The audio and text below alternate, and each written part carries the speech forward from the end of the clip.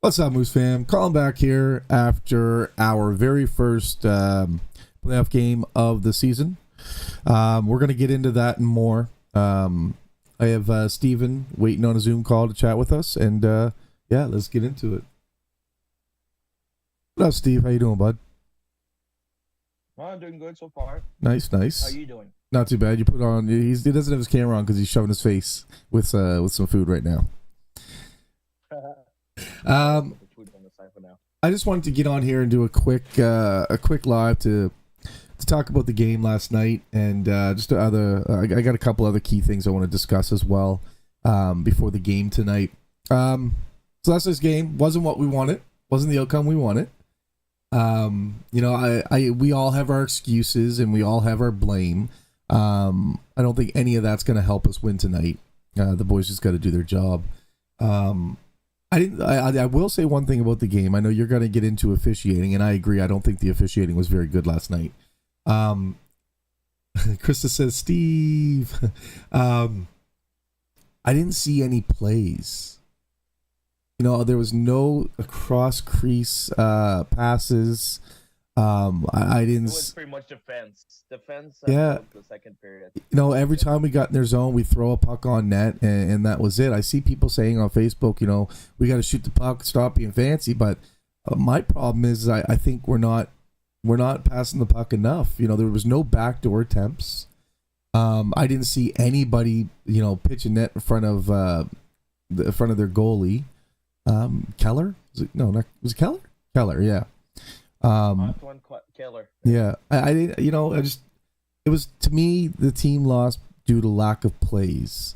There was also a lot of weird bounces, like they couldn't field the puck. It was warm. It was warm outside, and the ice could feel it. The ice there. Yeah. And I think it was a big factor. And you know what? That's why everybody was trying to be careful when they're playing.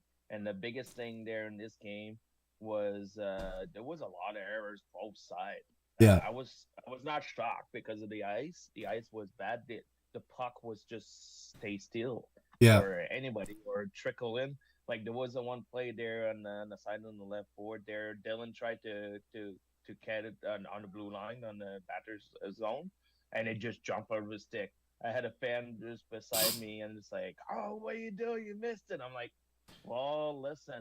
People are saying they can't hear you. Can you hear them now? Oh, you hear me now? I think that was on my end. I think it was on my end. I had the volume for the streaming PC turned down a bit, so they can probably hear you good now. Okay. Yeah. So the puck bounces. Trevor, it was looked. So Trevor says, who else thinks the OT goal should have been at least looked at for goaltender interference? He says he thinks it was a good goal, but at least challenge it. Dylan answers back with says it was looked at upstairs and was given a thumbs up. So Dylan sits right behind, Ian Robinson, and that's where the refs go to gather and check out the reviews. So, yeah, the control room there. Yeah. Yeah. Sorry, my nose is still stuffy. Lack of hitting, I think, was a big issue. We're never as physical as them, but we have to be a little bit more. You know how we play down to teams. Like when we play a shitty team, we play down to their level sometimes. I think this is the one time where we need to play at Titan's level. Maybe a little dirty. You got to go in the corners real quick, and this one there was really hard because every time they do the 1-4, so they got always somebody to pressure the Moosehead. Yeah. And I tried to get like a good Moose go every time when they go behind the net. Usually when you get the power play, they go behind the net and you go Moose go, and they go there to set up, and after they go inside the zone and all stuff and they do their thing and they go score or they get good chances of scoring. So it didn't happen very often, but I think the fans was behind the Moosehead like the whole way. On that note, I can't stand when we were going, let's go Mooseheads, or not the Go Moose Go chant, the other one, where you clap or whatever. and they scored. Oh, They scored while we were chanting that. Like that hurts. That hurts a lot. yeah. Let's go, Moose, and then you So clap, clap, clap, clap, clap, Dylan clap. says we actually out hit them, and then Roy says 13 hits to 11. It didn't look like it to me. I didn't see it. I didn't see the hits. Maybe I just missed them, but it just didn't. It looked like they were the more physical team. So yeah, my It's because of the size, right? Yeah, Like Dylan always said it constantly. Batters is the one of the tallest team. That's because of how you call his name, Rowan. yeah, Ruin. yeah. Anyway, he was in the Sherbrooke team there, and that's Oh, you're talking he's about kind of Roland. one to You're have. talking about Roland's. Yeah, Roland. Yeah, the big tall guy, 96. Yeah, yeah. So yeah, so I understand he's like he's one of the 20-year-olds too. Yeah, and he wants to win. So we have to shut down him because he's a dangerous player anywhere he wants.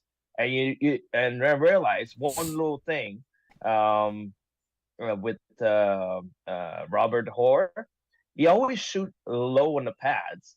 And you get a long rebound, and he makes it just so precise. And Dylan probably can speak to that, like when he was looking probably how to shoot on Rousseau, and that's just what I realized on that goal, that number 9, try to remember from Batters when he did the top corner first goal.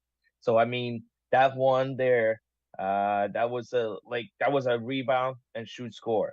So he couldn't do nothing about that. But anyway, that's my observation right now. He did like 4 or 5 shots, Robert Hoare, that was rebound, and after his teammate just shoot and get an opportunity to score. yeah. That's what I'm saying.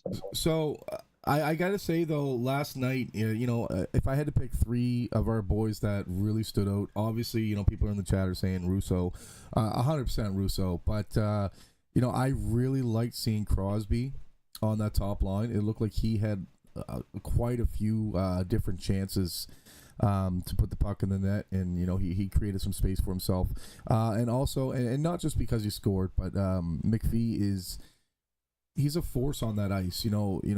He's not much of a points getter, but he's constantly in their face, aggravating them. Last night he was able to put the only point on the board for us.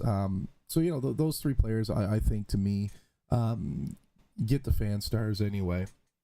John says, "Hi guys, should be a great game tonight to bounce back and tie the series.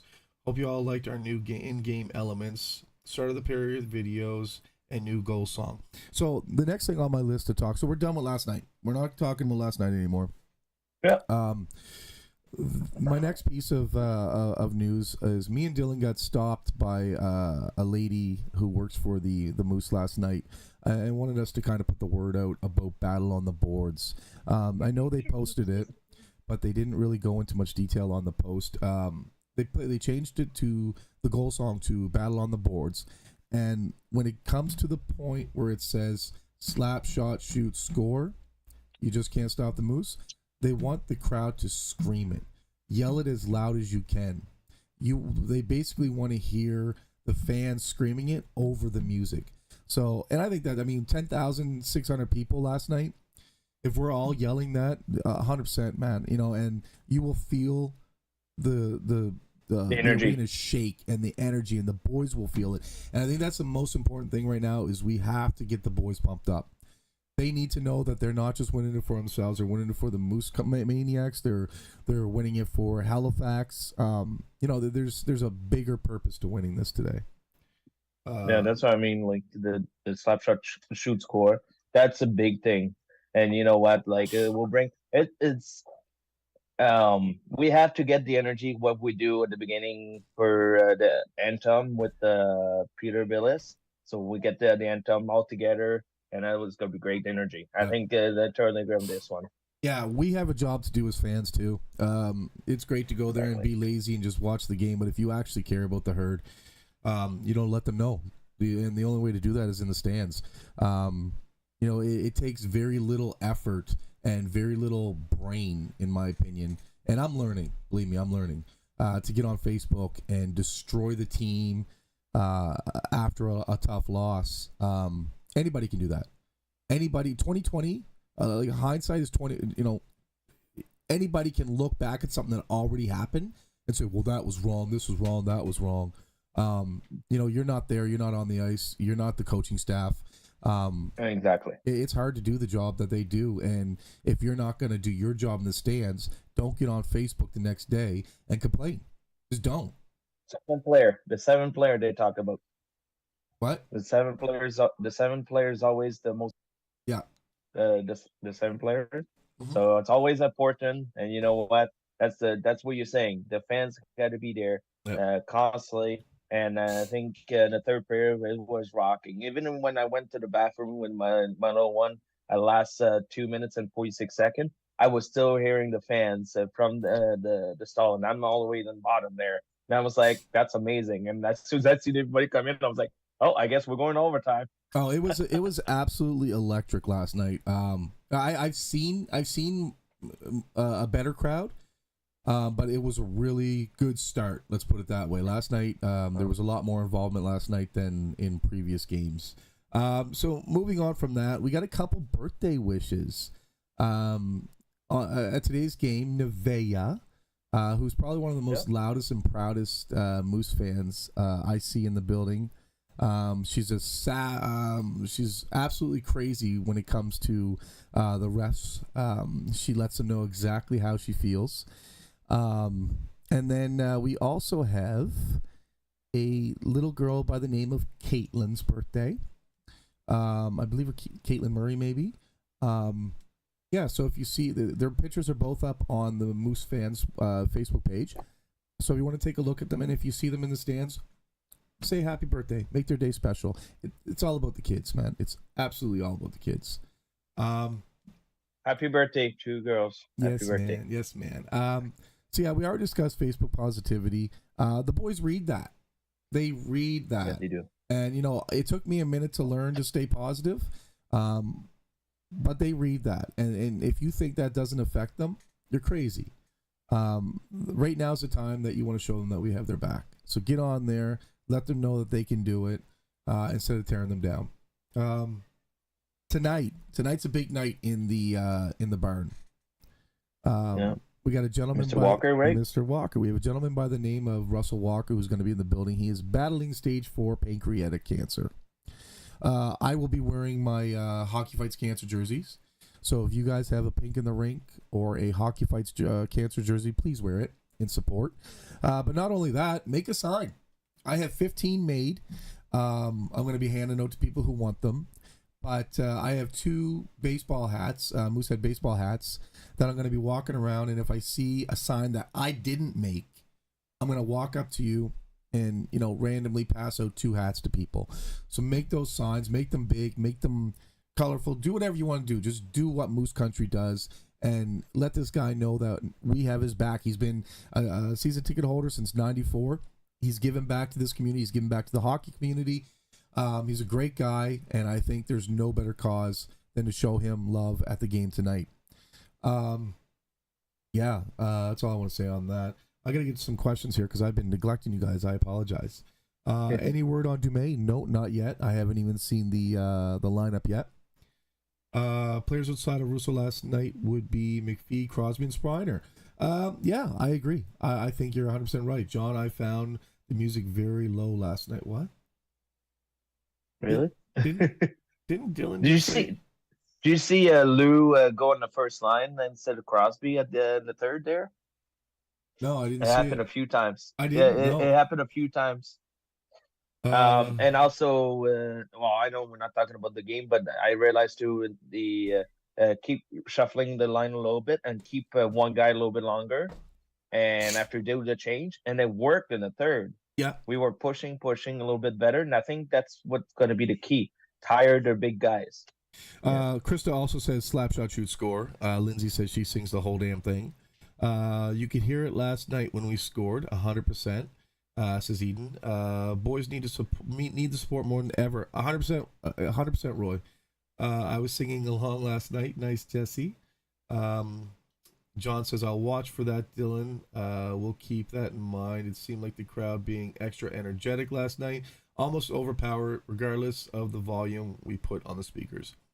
Eden says that pisses me off. I'm not sure what that was about. 100% of the fans are always seventh player. Yep. Is there any word on Dumais? We already crossed that. Crowd was electric last night. 8,100 people there. Really bummed game one wasn't a sellout. I thought I read somewhere that there was 10,600 people in attendance. I thought I read that today. It's Or was that for I think tonight? it's on the CHL. I think it's on the CHL app there that I know. I think it was 1994 to say the Batters game and with 10,600 people. Oh, that's what And I it was seen. not. I was like, Okay. remember? That's where you seen it. Okay. All right. That's where you seen it. I made a sign. Krista says, got a question. If I a bad play... 22 No, hey, $22,000. Hey. Sorry. I'm in the comments. All Stop. Got a question for you. If a bad play happens, do you notice coach change lines? Got a question. If a bad play happens, do you notice coach change lines? If somebody else could field that, because I'm really not sure what she's talking about. Sorry, Susan. We will be wearing our Pink in the Rink jerseys tonight. Awesome. Thanks, Kevin. I brought your Skittles. Oh, yes. I didn't mention this in the last live.